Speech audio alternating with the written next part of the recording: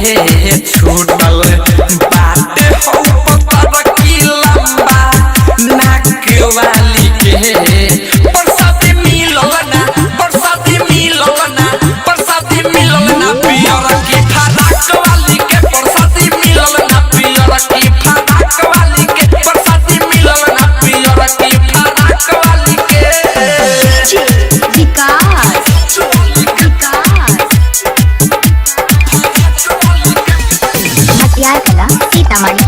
रवि digital recording studio गंगापीपर।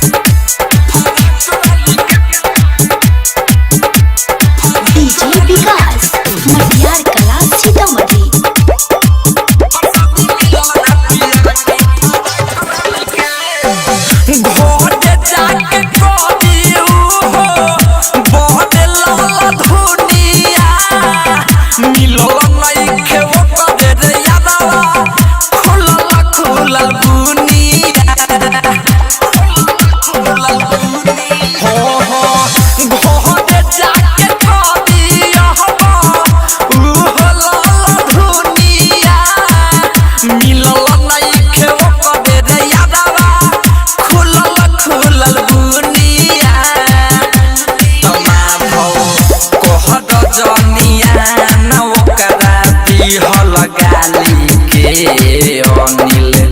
कहत जनिया नौकरा दिहल गाड़ी के प्रसादी मिलल ना प्रसादी मिलल ना प्रसादी मिलल ना पियर की फराक वाली के प्रसादी मिलल ना पियर की फराक वाली के प्रसादी मिलल ना पियर की फराक वाली के रवि डिजिटल रिकॉर्डिंग स्टूडियो गंगापीपर।